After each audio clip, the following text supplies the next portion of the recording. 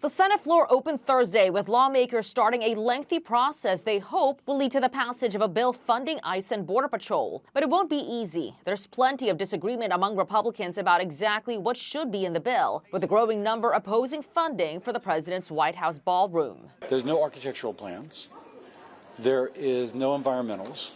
There's no engineering. How did it happen to cost exactly $1 billion? But that could create problems in the House, where most Republicans are still pushing to include the funding. Most of the ballroom's been funded by private dollars.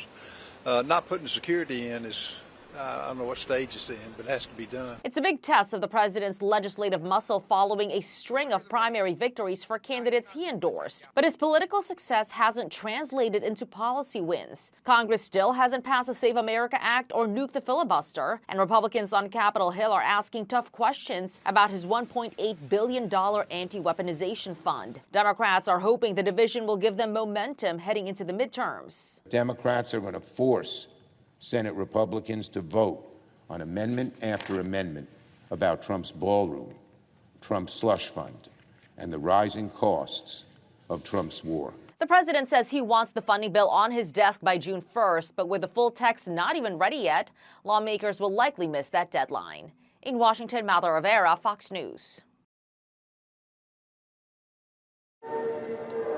Iranian leaders honored two former foreign ministers Wednesday, one of whom was killed in Operation Epic Fury. The regime is now trying to keep the war from reigniting after President Trump warned U.S. forces are standing by for his order. If we don't get the right answers, it goes very quickly. We're all ready to go. If we do, we save a lot of time, energy, and lives, most importantly. Reportedly, Qatar, Pakistan, and other regional allies are refining the peace proposal to bridge any remaining gaps between the two sides, one of which is Iran's stockpile of enriched uranium. The U.S. wants it out of the country, but Reuters reports Iran's supreme leader is demanding it stays. The White House says no determination has been made either way. I don't think there's any chance these guys are going to put something on the table. It's been 6 weeks. Let's get on with what we need to do and finish this once and for all. Wednesday in the Gulf of Oman, U.S. Marines boarded an Iranian oil tanker attempting to violate the blockade.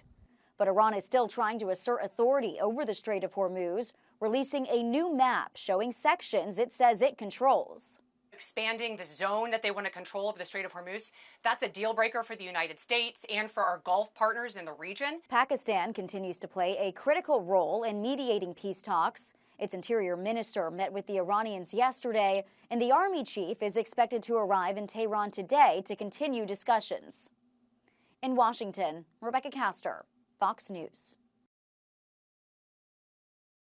President Trump's $1.8 billion anti-weaponization fund is facing major pushback from Democrats. If he gets away with it, with this slush fund from the IRS, he's going to do it everywhere. He'll sue every federal agency with some bogus claim. And now, two police officers who defended the Capitol on January 6th are suing to block its creation. The president simply cannot go around the Constitution to finance his henchmen and political machine by taking money from the American people. The lawsuit states no one claiming to be a victim of politics should be compensated, including the January 6th rioters.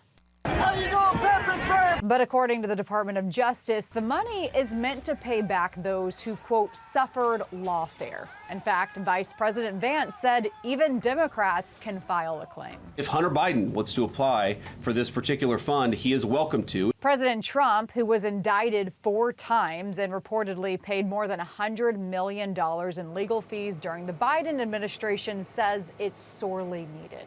What they did in terms of weaponization will never be allowed to happen in this country again. And you're talking about peanuts compared to the value. It destroyed the lives of many, many people. And DOJ officials say they think it's too early to rush to judgment on this and added there hasn't been a single payment made yet. In New York, Caroline Elliott, Fox News. And liftoff of Falcon 9. Go SpaceX, go Cat 502. Elon Musk announced plans Wednesday for one of the biggest sales of stock to the public ever for his space company that is currently losing billions of dollars a year. A filing Wednesday shows SpaceX lost $2.6 billion from operations last year on $18.7 billion in revenue. The losses kept piling up at the start of this year too. Still, the initial public offering is expected to rank among the largest ever, possibly surpassing current title holder Saudi Aramco, the oil giant that went public 7 years ago. The stock sale could also make Musk, a major owner who founded SpaceX in 2002, the world's first trillionaire. Forbes currently puts his net worth at $839 billion.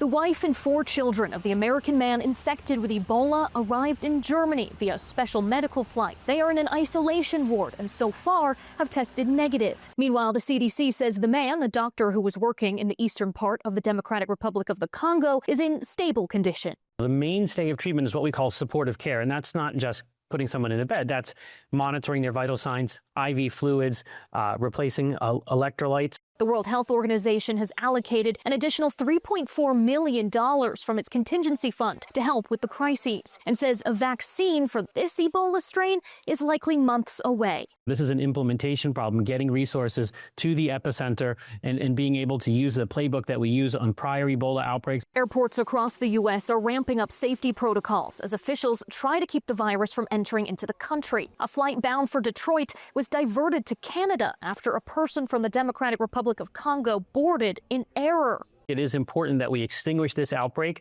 at its source, and that's going to require material, personal protective equipment, medical supplies, personnel, as well as epidemiologists. To further protect Americans, DHS is mandating that all flights carrying people who have visited the DRC, Uganda, or South Sudan stop in Washington for enhanced screening. In London, Stephanie Bennett, Fox News. Our house of worship is supposed to be the most peaceful place on earth. Wednesday night, more than 100 UC San Diego students and members of the larger community gathered to remember the victims of Monday's horrific shooting. In order to fight hate, we have to fight it with love. So there's a lot of love here right now. Ian Khan is a sophomore here at UC San Diego. He says the convergence of so many supporters here from all religions and backgrounds is powerful. Our diversity is our strength, and the Muslim community alone can't combat this issue. So we need the support of all our neighbors, all our Muslim, non-Muslim, Jewish, Christian, everyone in San Diego and across the country to kind of combat this hate front on. I feel like my life kind of stopped on Monday, and I haven't really been able to focus or do anything. Junior Aya Jaffer says it's critical to remember the victims of this tragedy. The mosque security guard, 51-year-old Amin Abdullah, and congregation members Nadir Awad and Mansour Kazia, who are being honored as heroes for helping to prevent further casualties. It's a real loss for the Muslim community here. There's 3 souls that we no longer have. All I can say is that they're true men and to be a true man is to serve the community, and that's what they did. So now it's our duty to kind of honor them by protecting the community that they sacrificed their lives for. Jaffer says it's critical to continue to remember and honor that sacrifice. We're going to keep caring about this now, in a week, in 2 weeks. It's just, I think my biggest fear right now is that something like this will happen and then we'll forget about it. And then there was this loud, it sounded almost like a gunshot. A home in Massachusetts struck by lightning when a powerful storm rolled through the Boston area, just part of the severe weather impacting parts of the Northeast and South this week. In New York Wednesday, heavy rainfall triggered flash flooding across parts of the city. The downpour dumped about 2 inches of rain in under an hour in some neighborhoods, leaving vehicles stranded in certain areas. Video from Queens showed multiple vehicles submerged in floodwaters. I've never seen flooding like this, guys. Never. This is historic. See this much flooding in our area. Footage from a city bus in Queens showed knee-deep waters covering the streets. In neighboring New Jersey a day earlier, the problem wasn't water, but heat. With temperatures so hot, some school districts sent students home early. From the heat in New Jersey to fires in Pennsylvania. According to the Philadelphia Fire Department, at least 2 fires close to the train tracks Wednesday impacted Amtrak service between Philly and New York. Hundreds of miles to the south, Atlanta on Wednesday got hit with flooding at least as bad as what they saw in New York. Heavy rainfall caused major flooding on the interstate and left vehicles stranded. Emergency officials said they had to clear several storm drains, but the highway was eventually reopened. I'm Reed Binion reporting. Full driverless trucks could be hitting Oklahoma roads as tech companies look to expand their services over the Texas border. It'll just be a work in progress as to how public safety deals with that. In May, tech partners Volvo and Aurora announced that they're extending their autonomous freight route from Dallas all the way up to Oklahoma City, promising safe and efficient supply chains.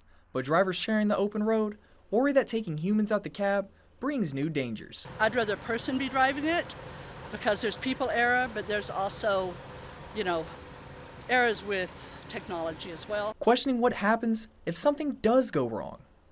If there's a glitch somewhere in that program, somebody could lose their life. That shift presents a completely new challenge for law enforcement. We're currently training with the companies that are putting these in place. Ensuring that automated vehicles follow the proper rules of the road, especially when first responders are present. Have put in protocols as to, like when an emergency vehicle comes up behind them, they will sense that. And daily inspections before the truck even begins their day. The trucking industry is very, very tough. It's a very heavily regulated industry. And with these autonomous devices, or the autonomous trucks, they are actually inspected every 24 hours by a CVSA inspector. If a problem is detected, built-in fail-safes take over to protect surrounding traffic. Anytime they sense an issue, they're pulling over to the shoulder of the road, putting themselves out of service, and can't move until they're repaired. The trucks are expected to be on routes beginning in June.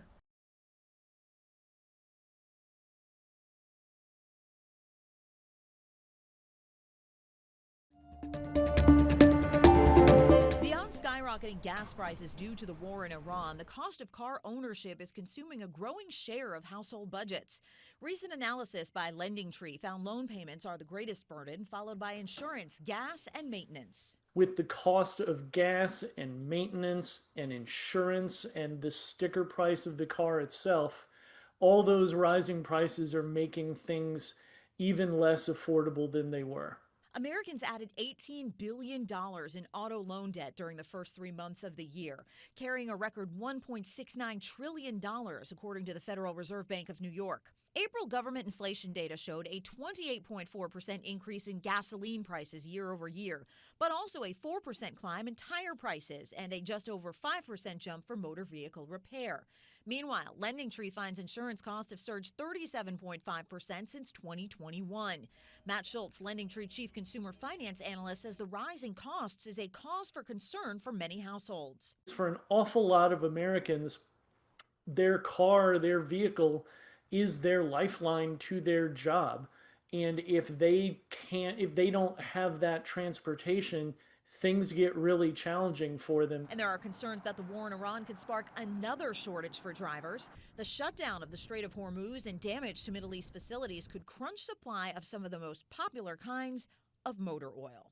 In Washington, I'm Karen Kafa.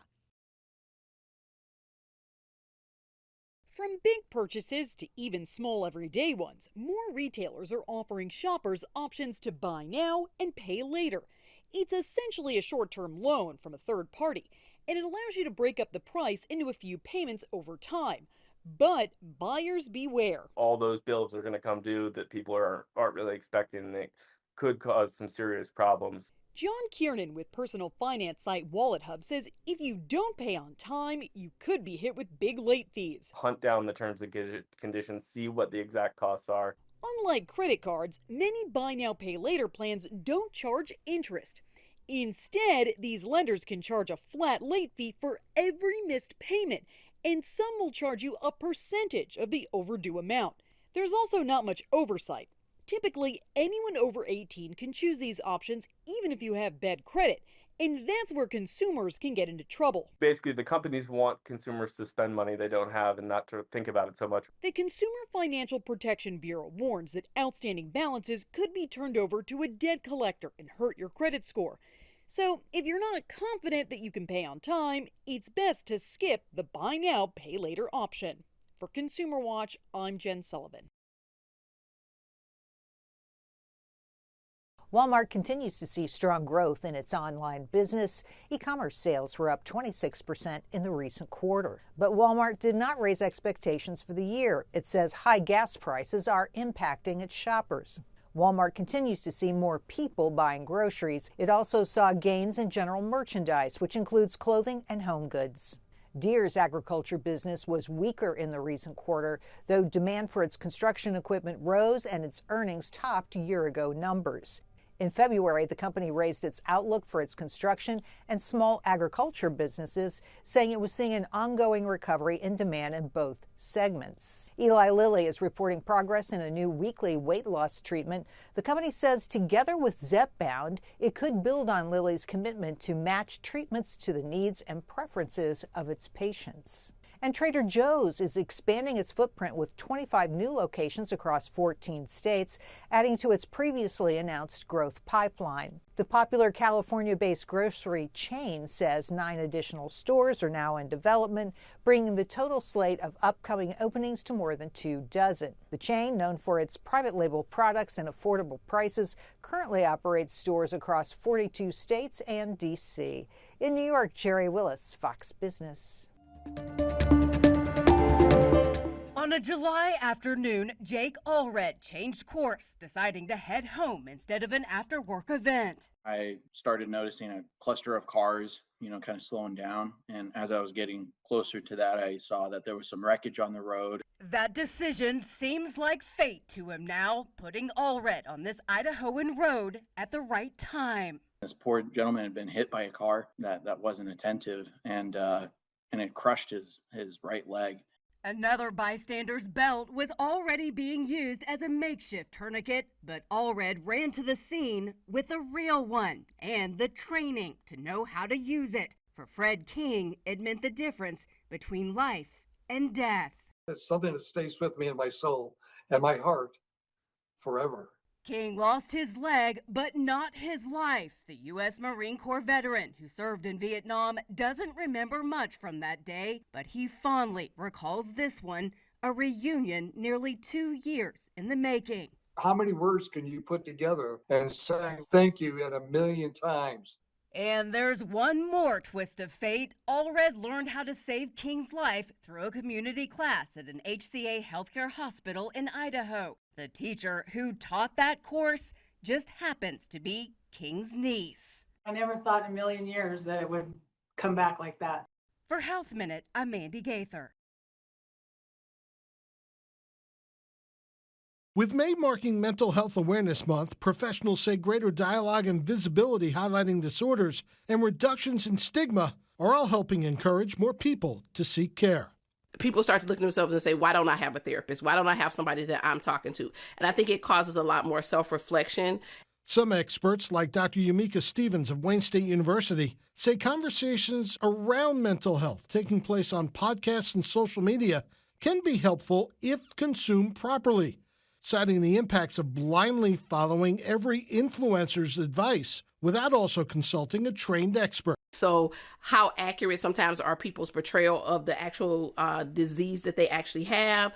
And then sometimes it's people that don't necessarily want to seek out services of a professional, but who will follow an influencer or someone else who really doesn't have foundational knowledge in how to actually treat or actually do things that are often safe in mental health conditions. Meanwhile, Dr. Stevens says much of the increased mental health awareness has centered around parents and their kids.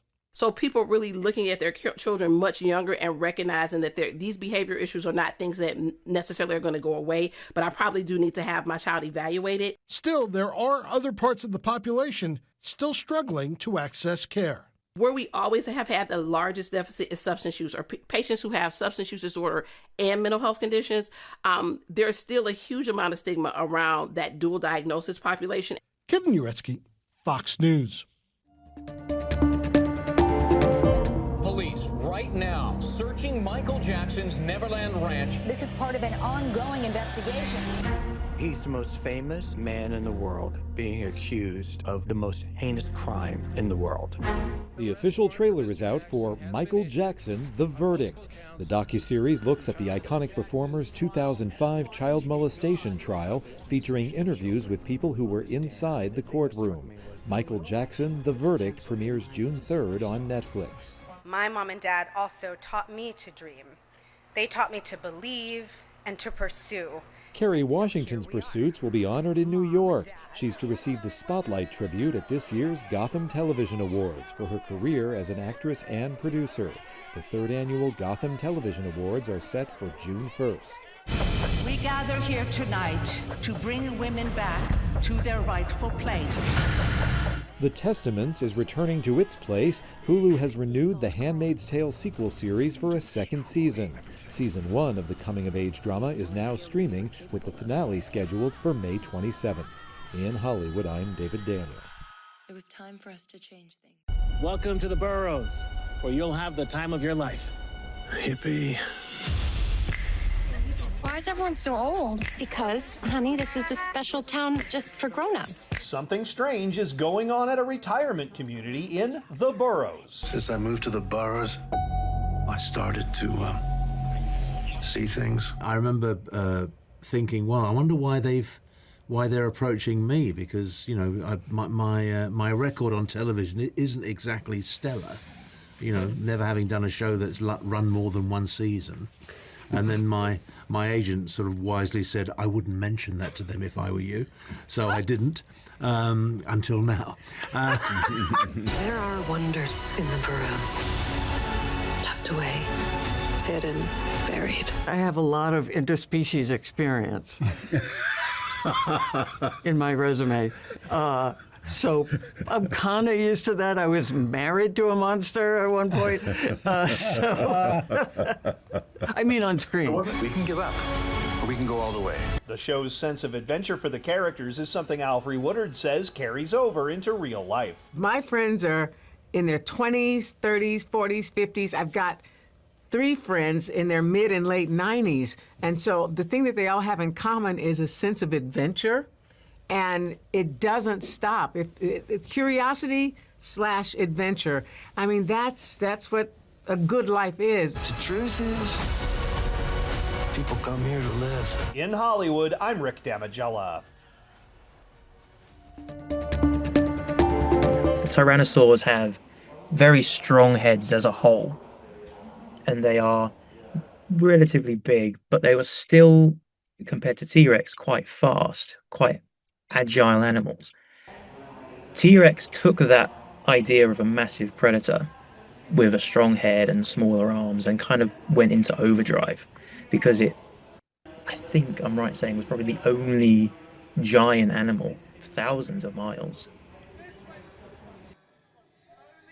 So because there's only a certain amount of food energy that an animal can take in, there's only so much that there is to go around.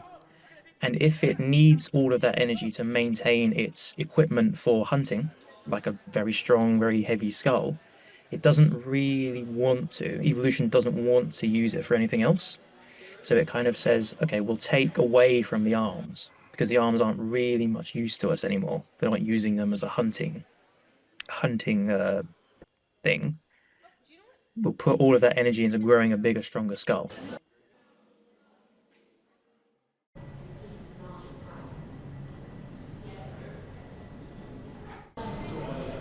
Jurassic Ocean's Monsters of the Deep transports you back 200 million years to the Jurassic period. While the dinosaurs were roaming on the land and pterosaurs were soaring through the skies, enormous marine reptiles were dominating in the oceans, and that's what we bring you to discover in this exhibition. So these enormous predators would have been lurking in the Jurassic depths, and we have incredible fossil collections here at the museum that help to bring those creatures to life and can also teach us about how changes in the climate and habitats and food systems over time could have impacted those creatures, and that can help us better understand oceans today.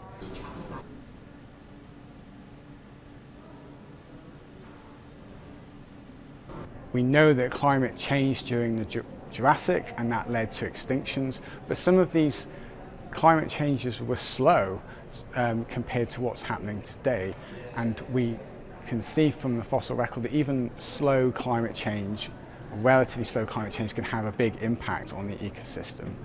So in the last 200 years, we've added over 2,000 gigatons of CO2 to the atmosphere, and that's going to have an impact on how much energy the Earth retains, and that is slowly warming the average temperature of the Earth and the oceans, which puts pressure on those ecosystems.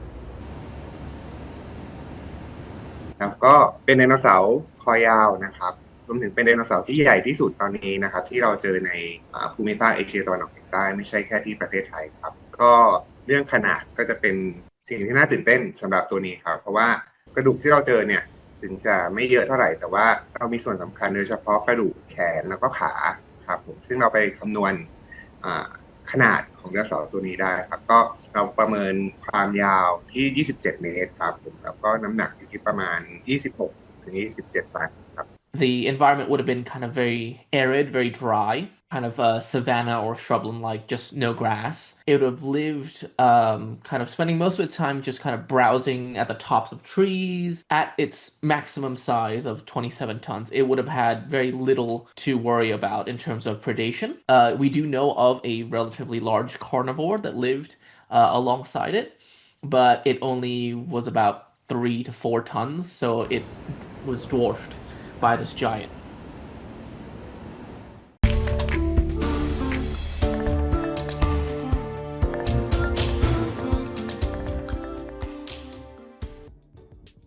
A Cybertruck not only got stuck, but its driver ran out of luck, getting arrested after officials say he intentionally drove into a Texas lake. Video shows the Tesla truck driving in the waters of Grapevine Lake near Dallas. Police say they believe the driver was intentionally trying to demonstrate the vehicle's wade mode capabilities. Shortly thereafter, the truck is seen halted and partially submerged, with video showing eyewitnesses appearing to help someone through the window. Authorities say no injuries were reported, but the driver was arrested on charges of operating a vehicle in a closed section of the lake, as well as several water safety equipment violations. Grapevine PD later reminded others on social media that although a vehicle may be physically capable of entering shallow freshwater areas, doing so can create legal and safety concerns under Texas law. Another questionable decision by another truck driver led to a caught-on-cam collision with a Nebraska deputy. Dashcam video shared by Douglas County shows a pickup truck zip around a van at a light and turn right into the path of a Nebraska state trooper responding to an emergency. The sheriff's office said the resulting crash didn't injure the deputy or their canine partner. However, the department's cruiser was not so lucky. The driver of the pickup was cited for failing to yield. Finally, a Wisconsin driver had a close call inside her car when a 3-foot steel beam fell onto the roof right beside her. While inside a Madison City tunnel, dashcam video showed the moment of impact shaking the entire vehicle, and the driver says the beam nearly pierced the roof, missing her by mere feet. WKOW reports Madison City officials plan a full safety inspection following the close call. For Take a Look at This, I'm Jeremy Roth. Fox 54 Plus has your news, sports, and weather. Start your evening with Fox 54 at 5:30, delivering the latest headlines and live reports straight from the scene. Then, stay informed with Fox 54 News at 9, featuring your Tennessee Valley certified most accurate weather impact team, tracking everything from tornado threats to traffic delays during severe weather. Fox 54 Sports Extra brings you more of what sports fans crave, with deeper insights, expert analysis, and all the action that matters most. On Fox 54 Plus, you'll also find Alabama politics, plus 24/7 weather radar and real-time forecasts to keep you ahead of the storm. Looking for a quick recap? Don't miss Fox 54 Week in Review, highlighting the biggest stories of the week. Jumpstart your morning with Morning Rush, fast-paced news updates featured with uplifting stories from across the globe. Get your entertainment fix with Getting Real, where we break down movie reviews, top 10 lists, and spotlight the newest film. Die Hard fan? Locked On Sports dives deep into the Crimson Tide, the Tigers, college rivalries, and pro action. True Crime Warrior Style? Killer Cases brings you gripping real-life stories that stick with you. Hungry for more? Cooking with Style serves up mouth-watering recipes that are easy to make and impossible to resist. From movie previews before you head to the theater with Take a Look, to must-know headlines from across the region and around the world with In the News. Watch all of these shows on demand and also on the Fox 54 News app. Available on Android and iOS devices. Streaming 24/7.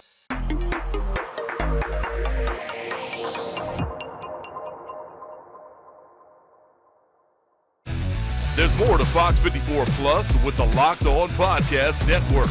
From the Tide to the Tigers, from college teams to pro. The Locked On Podcast Network gives you insights and analysis you just can't find anywhere else. These kids, they want to play. But I don't think so. I think it was Chad Baker-Mazzara. Locked On Sports, streaming every day of the week and right here on Fox 54 Plus.